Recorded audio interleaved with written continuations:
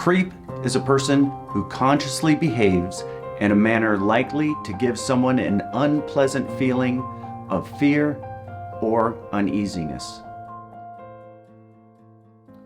I wanted to take a little time to shine some light on creepers, because creeping is such a common form of predatory behavior, and we all have to deal with it from time to time on some level. Creepers are low-level predators and social predators. Creeper behavior often has sexual undercurrents. Their actions and their conversations might appear to be socially acceptable on the surface, but they have a sexual undertone that leaves you feeling creeped out. They might ask you questions that are way too personal. They might say something creepy and then say, "Oh, just kidding." They operate in a gray area between acceptable and punishable behavior. They fly below the radar of repercussions.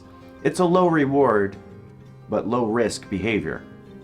They will exploit the social norms and rely on you to be nice and tolerant and expect that you won't rock the boat and cause a scene over, oh, nothing. So red flags that someone is a creeper, and not just someone who is socially awkward, is one, their behavior is targeted. They speak to you one way and to their boss another way. Two, their behavior can be turned on and off at will. Someone comes into the room and they change to a more appropriate conversation. Three, their behavior is preceded by an apology, and that's like seeking permission. And four, their behavior brings them benefits. There is something in it for them. They get some kind of reward, even if it's at a low level, they get a reward for that behavior. So there are different types of creeps to be aware of. There is the non-creep creep. Not everyone who creeps us out is a creep. There may be those who are socialized differently or unable to read social cues. Maybe they aren't creepy at all, and they just reminded you of someone that mistreated you in the past. They could be more introverted or extroverted than us. We always want to check ourselves and make sure we aren't using our own discomfort to control others. But when we are sure we have a valid concern, we can respectfully communicate our displeasure with them, and then the issue is quickly resolved. So with the non-creep creep, I can say, "Hey, I know you meant well, but that really makes me uncomfortable." And then they'll quickly apologize and change their behavior. Then next, we have the negligent creep. They make women uncomfortable by putting their own sexual desires ahead of women's interests and comfort. They're callous and don't care how they come across. They are only concerned with their wants. They behave in ways that they know will cause women to be creeped out, but hoping on that off chance it'll get them laid. The creeped out feeling is an unfortunate byproduct of their seduction strategy. They creep out of carelessness and selfishness. Their creeping is aggressive panhandling for sex or attention. And the worst kind of creep is the malignant creep. What they want is women's fear. That's what they feed on. That's what they get off on. Creeping is a way for them to get small doses of power by inflicting pain and fear. So, what do we do with creepers when we come across them? Ideally, when possible, we don't engage with them at all. Usually ignoring them sends a strong enough message.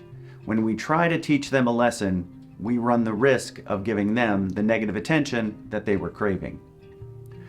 But if we're in a situation where we have to engage with them, like at a workplace or a family gathering, then we deal with them the same way we deal with boundary violations.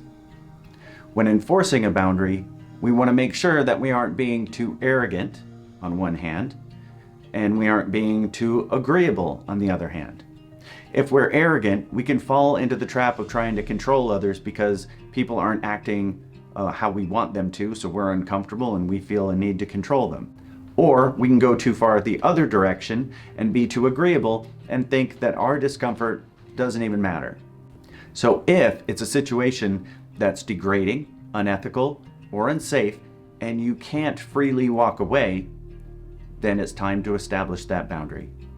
So boundary enforcement, like we talked about in another video, first, be a hard target, have a strong presence. Also ally yourself with people with similar values to try to create a culture where creepy behavior is not acceptable or tolerated.